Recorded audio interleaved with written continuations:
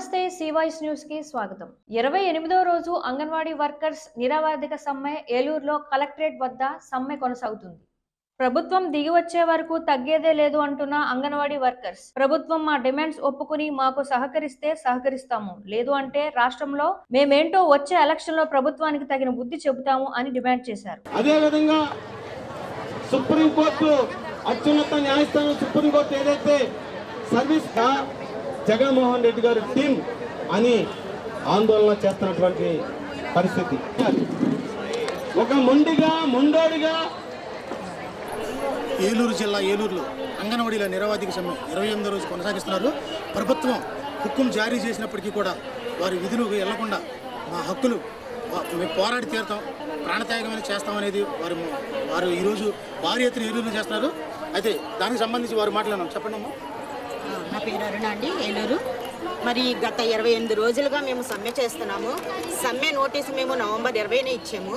మరి సమ్మె నోటీస్ ఇచ్చినప్పుడు సమ్మె మేము చేస్తున్నాం చెప్పినప్పుడు అప్పుడే ఎస్మా చట్టం ఎందుకు ఉపయోగించలేదు? అసలు అత్యవసర సేవలని చెప్పి ఎస్మా చట్టం ఉపయోగిస్తున్నామని చెప్పారు. అసలు అత్యవసర సేవలంటే ఇప్పుడు మేము అత్యవసర సేవలని మేము గుర్తొచ్చాము, కరెక్టే. కానీ మరి మేము చేసే సేవలను గుర్తించి మేము కనీస వేతనం ఉంటుంది, మా కష్టానికి శ్రమకు తగిన ఫలితం పనికి సమాన వేతనం అని చెప్పేసి మేము కనీస వేతనం 26,000 అని చెప్పేసి మేము అడుగుతున్నాము. మా కనీసమైన న్యాయమైన డిమాండ్స్ మీరు 10 డిమాండ్స్ నెరవేర్చామంటున్నారు కదా, అందులో ముఖ్యమైన డిమాండ్ మా కనీస వేతనం 26,000 మేము అడుగుతుంటే మీరు ఆ డిమాండ్ను ఎందుకు మీరు అంగీకరించడం లేదు? 28 రోజుల నుంచి ఇంతమంది ఆడపిల్లలు 1,08,000 మంది రోడ్డు మీద కూర్చుని మేము విధంగా చేస్తున్నామంటే ఒక సీఎం అయి ఉండి అంతమంది మంత్రులు ఉన్నారు, అంతమంది మహిళా మంత్రులు ఉన్నారు, మీరు ఏం చేస్తున్నారు? ప్రజా సమస్యలు మీరు ఏం తీరుస్తున్నారని చెప్పేసి మేము అడుగుతున్నాం. మేము మా పనికి తగ్గ వేతనము అడుగుతున్నాము, అంతేగాని గొంతెమ్మ కోరికలు ఏమీ అడగటం లేదు. మా న్యాయమైన డిమాండ్ ఏమిటి? కనీస వేతనం 26,000 చేయండి అని చెప్తున్నాము. లేదు, మీరు అంత చేయలేకపోతే మేము ఇంత చేయగలము అని చెప్పేసి మాకు సమస్యని పరిష్కరించాలి. కానీ లేక అనేక విధమైన మొన్నటి వరకు 5వ తారీఖున మీరు టెర్మినేట్ చేస్తారని చెప్పారు. 5 అయిపోయింది, ఇప్పుడు 8వ తారీఖు అన్నారు. ఈరోజు సాయంత్రం కల్లా విధుల్లో చేరకపోతే ఉద్యోగాల నుంచి తీసేస్తామంటున్నారు. తీసేయండి, ఉద్యోగాల నుంచి తీసేయండి. మీరు ఏం చేయదలుచుకున్నారో మీరు అన్నీ కూడా చేయండి. ఏదైనా సరే మా ఉద్యమాన్ని మేము విజయవంతంగా సాధించి మేము విధుల్లోకి హాజరవుతామని చెప్పేసి మేము చెప్తున్నాము. మిమ్మల్ని విధుల నుంచి తొలగిస్తే ఇప్పుడున్న పరిస్థితుల్లో ప్రభుత్వం ఒకవేళ అటువంటి నిర్ణయం తీసుకుంటే నెక్స్ట్ స్టెప్ మీరు ఏం చేయబోతారు?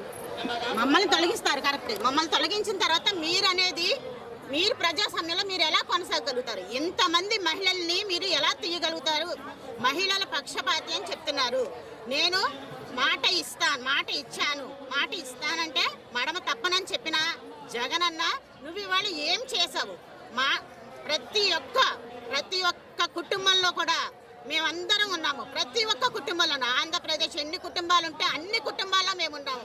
రాబోయే రోజుల్లో మమ్మల్ని తొలగిస్తే మేము కూడా మిమ్మల్ని తొలగిస్తామని చెప్తున్నాము. అయితే రాష్ట్ర వ్యాప్తంగా జరుగుతున్న ఈ 1,00,000 మంది దాదాపు ఎంప్లాయీస్ ఉంటారు. ఆ 1,00,000 మంది కూడా మమ్మల్ని విధుల నుంచి తొలగిస్తే ప్రభుత్వానికి తగిన బుద్ధి చెప్తాము, ప్రభుత్వాన్ని మేము ఏ విధంగా గద్దెదించాలనేది కూడా మేము ఆలోచిస్తున్నాం అనేది వారి మాటలు విన్నాం. కెమెరామెన్ వంశీతో స్వామి, సివైఎస్ ఏలూరు. ఈ వార్తలు ఇంతటితో సమాప్తం. నమస్కారం.